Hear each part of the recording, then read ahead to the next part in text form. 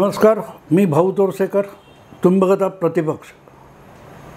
मित्रांनो, सध्या हमास आणि इस्रायल यांचं युद्ध जोशात आलेलं आहे आणि ज्या बातम्या येत आहेत त्यानुसार हळूहळू करत हमासचे सगळे जे लढवय्ये आहेत हे शेपूट घालून कुठच्या तरी बिळातून भुयारातून आपला जीव वाचवायला पळत आहेत आणि मोठ्या प्रमाणावर जवळजवळ 5-6 लाखापेक्षा अधिक उत्तर गाझामधले लोक हे आपला जीव वाचवण्यासाठी इस्रायलच्या आदेशानुसार दक्षिण गाझामध्ये दाखल झालेले आहेत. तिकडे गाझा आणि इजिप्त यांची जी सीमा आहे तिथली जे गेट आहेत, प्रवेशद्वार आहे, ते उघडण्यावरूनही आंतरराष्ट्रीय चर्चा झाली आणि उडत बातमी आली. खरी किती आहे माहीत नाही, पण अमेरिका आणि इजिप्त यांच्यात एक समझोता झाला आहे, काहीतरी तडजोड झाली आहे. त्यानुसार या सगळ्यांना निर्वासित म्हणून इजिप्तमध्ये सध्यापुरतं येऊ द्यावं अशी काहीतरी तडजोड झाली. पण विषय तो नाही आहे मित्रांनो.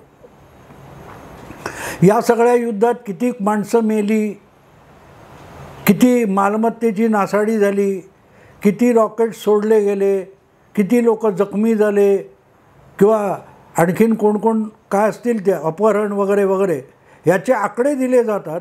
पण याच्यामध्ये पडद्यामागून ज्या काय हालचाली चालू आहेत त्याचा वेध घेण्याचा सहसा प्रयत्न होत नाही आणि माझ्या दृष्टीने तोच महत्त्वाचा आहे. याचं कारण असं आहे की एक पहिल्यांदा अशी गोष्ट घडते की पूर्वी जितक्या आवेशात हे पॅलेस्टाईन आणि इस्रायल यांचं युद्ध सुरू व्हायचं तेव्हा ज्या आवेशातमध्ये जगातले मुस्लिम देश त्या पॅलेस्टाईनच्या यासर अराफतच्या अल फताहच्या मागे ठामपणे उभे राहायचे, तसं होत नाही. तुम्हाला आठवत असेल मित्रांनो, तर अगदी 50-60 वर्षापूर्वी विमानाचं अपहरण करून ते विमान बैरूटला घेऊन जायचं आणि मग तिथल्या कुठच्याही विमानातलं, जगातलं कुठलंही विमान असो, त्याला नेऊन तिकडे बैरूटला न्यायचं आणि प्रवाशांना ओलीस ठेवून पॅलेस्टाईनी लोक जे घातपाती आहेत त्यांना इस्रायलच्या तुरुंगातून सोडवण्याची मागणी करायची. आपल्याकडे आठवतं ना तुम्हाला, 1999 सालच्या डिसेंबरमध्ये जेव्हा भारताचा हा होता, भारताचं विमान कंदाहारला पळवून नेलं होतं आणि मग त्या विमानातून जे प्रवासी नेले होते त्यापैकी एक दुबईला मारला गेला आणि बाकीच्यांना कंदाहारला नेऊन ओलीस ठेवलं गेलं आणि बदल्यात काश्मीरमधून 4 अत्यंत खतरनाक असे अझर मसूद असे अतिरेकी सोडवून घेण्यात आले होते. तर ह्या सगळ्या कालखंडामध्ये जगातले जे 50-55 मुस्लिम देश आहेत यांची जी संघटना आहे ती प्रत्येक वेळेला ठामपणे हिजबुल्ला असेल, हमास असेल, हमास नंतर आला, अल फताहच्या मागे उभी राहायची. ज्यावेळेला यासर अराफत ॲक्टिव्ह होते त्या काळामध्ये हमास नव्हती. लक्षात घ्या, हमासचा जन्म कधी झाला आहे की ज्यावेळेला इस्रायल आणि इजिप्त यांच्यात समझोता झाला आणि यासर अराफत यांना जो त्यांच्या लोकसंख्येचा प्रदेश आहे त्यावर सुद्धा आपलं राज्य स्थापन करता येत नव्हतं, सरकार चालवता येत नव्हतं. तिथे त्यांना स्थानिक पातळीवर एक प्राधिकरणसारखं म्हणजे महापालिका वगैरे स्थानिक व्यवहार करण्यासाठी एक देश म्हणून मान्यता मिळवावी अशी तडजोड झाली आणि यासर अराफत यांनी आपल्या उतार वयामध्ये इस्रायलबरोबर समझोता केला. तेव्हा त्यांच्यापेक्षा अधिक कट्टर आणि आक्रमक असलेले जे पॅलेस्टाईनी लोक होते त्यांनी ती तडजोड मान्य करायला नकार दिला आणि त्यातून हमासचा जन्म झाला.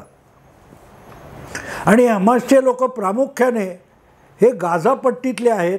त्यापैकी अर्थात काही लोक काय त्या वेस्ट बँक, पश्चिम किनारा म्हणतात ज्याला, त्या भागातले पण आहेत. पण प्रामुख्याने जेव्हा हे सगळं झालं त्यानंतर तुम्हाला आठवत असेल की निवडणुकासुद्धा झाल्या, पण निवडणुका या हमास गटाने जिंकल्या होत्या. त्यांना इस्रायलबरोबर कुठलीही तडजोड नको होती आणि शेवटी त्या निवडणुकांनंतर हमासचा जो राजकीय नेता होता तोच पॅलेस्टाईन ऑथॉरिटी जी झाली तिचा सर्वोच्च सत्ताधारी बनला आणि त्यातून हमास आणि अल फताची जी स्थानिक काय म्हणतात त्याला पॅलेस्टाईन लिबरेशन आर्मी वगैरे अशा 2 गटामध्ये सातत्याने हाणामाऱ्या व्हायच्या. आत्ता इस्रायल आणि हमास चालू आहे, पण तुम्ही 10-15 वर्ष मागे गेलात तर हमास आणि महमूद अब्बास जे पॅलेस्टाईन ऑथॉरिटीमधले आहेत, यासिर अराफतचे निकटवर्ती आहेत, त्यांच्याशी यांच्या मारामाऱ्या व्हायच्या. इस्रायल बाजूला राहिला होता कारण इस्रायलने तडजोड मान्य केली होती, पण हमासला ही मान्य नव्हती आणि त्यामुळेच प्रत्येक वेळेला हमासच्या मागे जगातले बहुतांश मुस्लिम अरब देश उभे राहिले. आणि हा यावेळचा मोठा फरक आहे की जवळजवळ 10-15 वर्षानंतर परत हा इस्रायल अरब असा संघर्ष उभा राहिला आहे, पण त्याच्यात अरब नाही आहेत, फक्त पॅलेस्टाईनी आहेत. कुठलाही अरब देश उजळ माथ्याने हमासच्या पाठीशी उभं राहायला तयार नाही. कतार त्यांना मदत करतोय, पण लेबनॉन आणि सिरिया हे देश सोडले तर इराण हा शिया देश त्यांना मदत करतोय. पण बाकीचे मुस्लिम देश शक्य तितकं मौन पाळू नयेत. हां, जगाच्या पाठीवर वेगवेगळे मुस्लिम देश किंवा पाश्चात्य देश, कॅनडा, अमेरिका इथेसुद्धा स्थलांतरित झालेले किंवा आश्रयाला गेलेले जे पॅलेस्टाईनी आहेत ते मात्र रस्त्यावर आलेत आणि तितक्याच मोठ्या संख्येने इस्रायलला समर्थन द्यायलासुद्धा हजारो लाखोच्या संख्येने लोक रस्त्यावर उतरलेत. पण हा सगळा एक चमत्कार असा आहे की पहिल्यांदा जगातले सगळे मुस्लिम देश ठामपणे हमासच्या पाठीशी किंवा पॅलेस्टाईनच्या पाठीशी उभे राहिलेले नाहीत. पण विचित्र आणखीन एक गोष्ट आहे की स्वतःला पुरोगामी, सेक्युलर, लिबरल असे म्हणवणारे, मानवतावादी असं म्हणणारे जे लोक आहेत, जे मुस्लिम नाहीत, अरब पण नाहीत, ते मात्र हमासच्या मागे ठामपणे उभे राहिलेले आहेत. आणि या पार्श्वभूमीवर हे सगळं आपोआप घडतंय, उलगडतंय असं म्हणणं मला योग्य वाटत नाही. माझा त्या बाबतीतला दृष्टिकोन वेगळा आहे.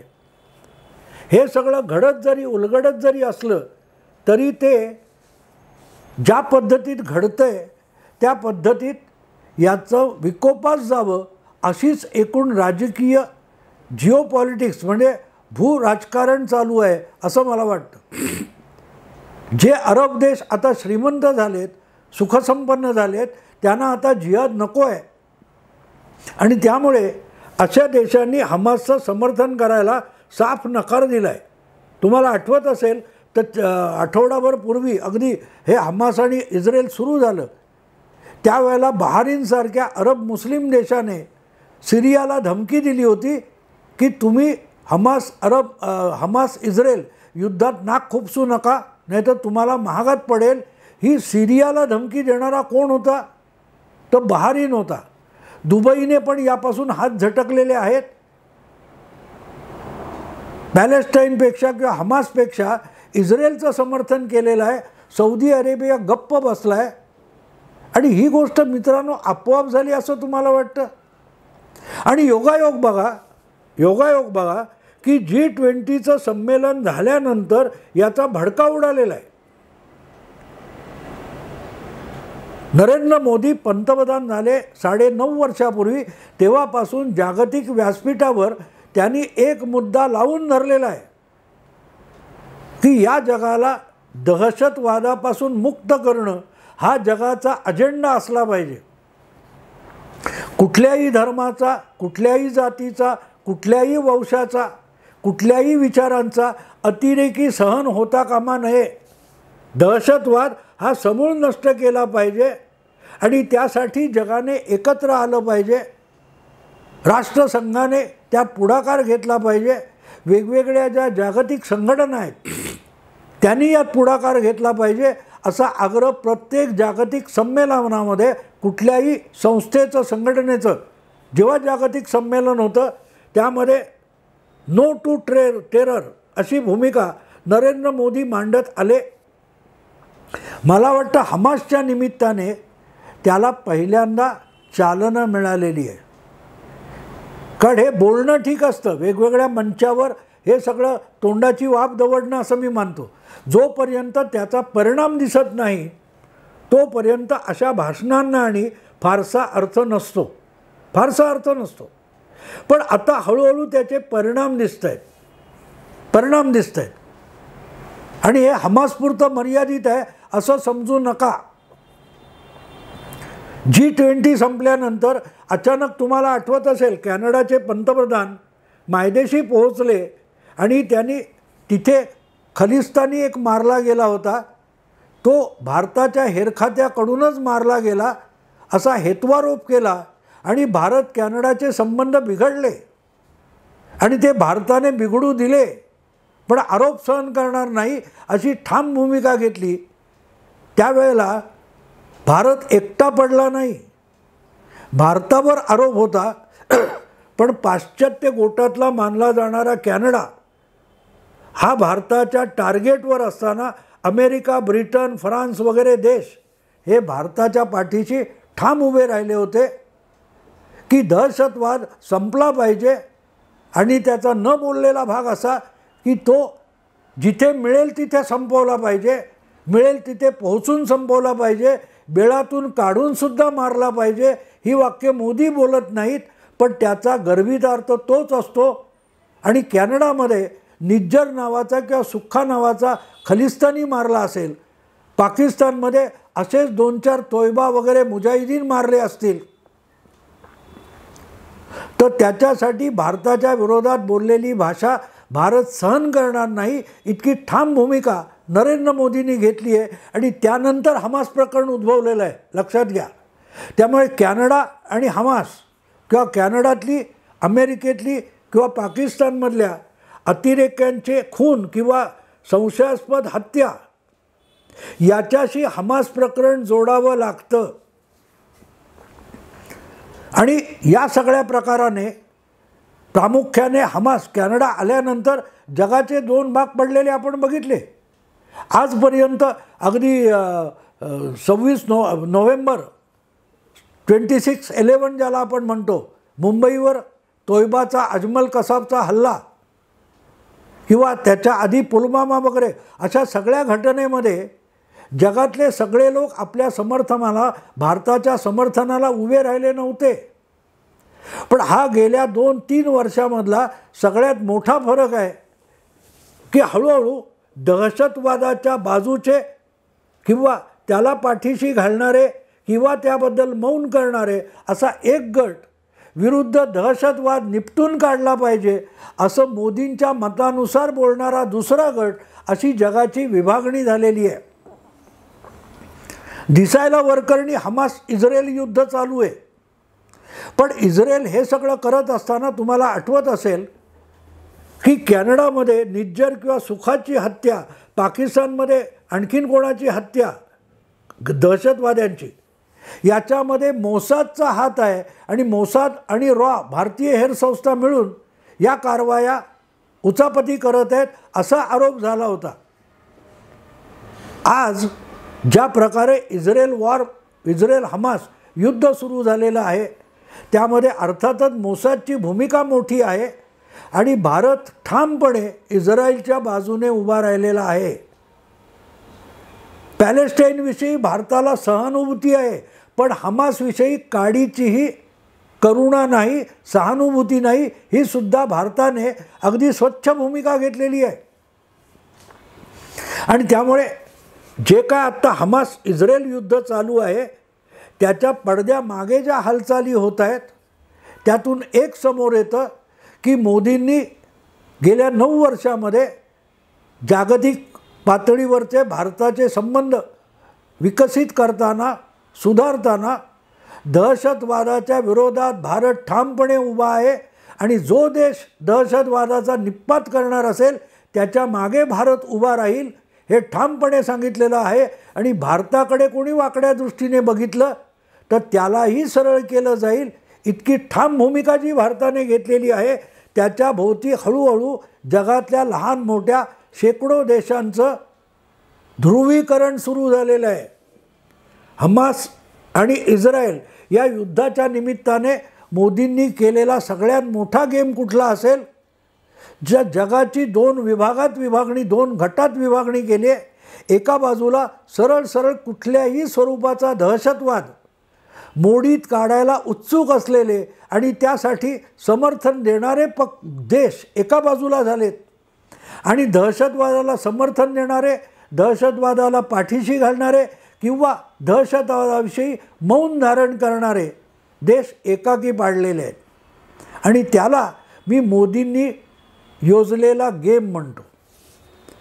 कारण मोदी हा एकमेव गेल्या 9 वर्षातला असा जागतिक पातळीवरचा राष्ट्रप्रमुख आहे की त्याने स्वच्छ शब्दामध्ये सातत्याने दहशतवादाशी कुठलीही तडजोड होता कामा नये, कुठल्याही स्वरूपाचा दहशतवाद समूळ उच्चाटन करून संपवला पाहिजे ही भूमिका सातत्याने मांडलेली आहे. आणि हमासच्या निमित्ताने जो मोठा भडका उडालेला आहे, अशा वेळेला ज्या प्रकारे अगदी बहुतांश मुस्लिम देशसुद्धा इस्रायलच्या समर्थनाला आले नाहीत, तरी इस्रायलच्या विरुद्ध बोलत नाहीत, हा मोदींनी जो खेळ केला त्याचं सगळ्यात मोठं यश आहे असं म्हणता येईल. आणि ही गोष्ट मित्रांनो सोपी नाही आहे. ज्या वेळेला अरब इस्रायल युद्ध झालं त्या कालखंडामध्ये भारत हा सगळ्यात मोठ्या लोकसंख्येचा मुस्लिम देश, भारतामध्ये सर्वाधिक मुस्लिम लोकसंख्या आहे असं मानलं जातं, अगदी पाकिस्तान बांगलादेशपेक्षा जास्त आहे. तरी अल अक्सा मशिदीचं हे झाल्यानंतर भारताला त्या मुस्लिम देशांच्या संघटनेने अपमानित केलं होतं. ती संघटनासुद्धा हळूहळू करत भारताच्या गोटात आणून उभी करण्यापर्यंत मोदींनी मजल मारलेली आहे. म्हणूनच हमास आणि इस्रायल यांच्या युद्धामध्ये OIC म्हणजे ऑर्गनायझेशन ऑफ इस्लामिक कंट्रीज, मुस्लिम देशांचा संघटना, तीसुद्धा उघडपणे इस्रायलच्या विरुद्ध बोलत नाही आहे किंवा हमासच्या समर्थनार्थ बोलत नाही आहे.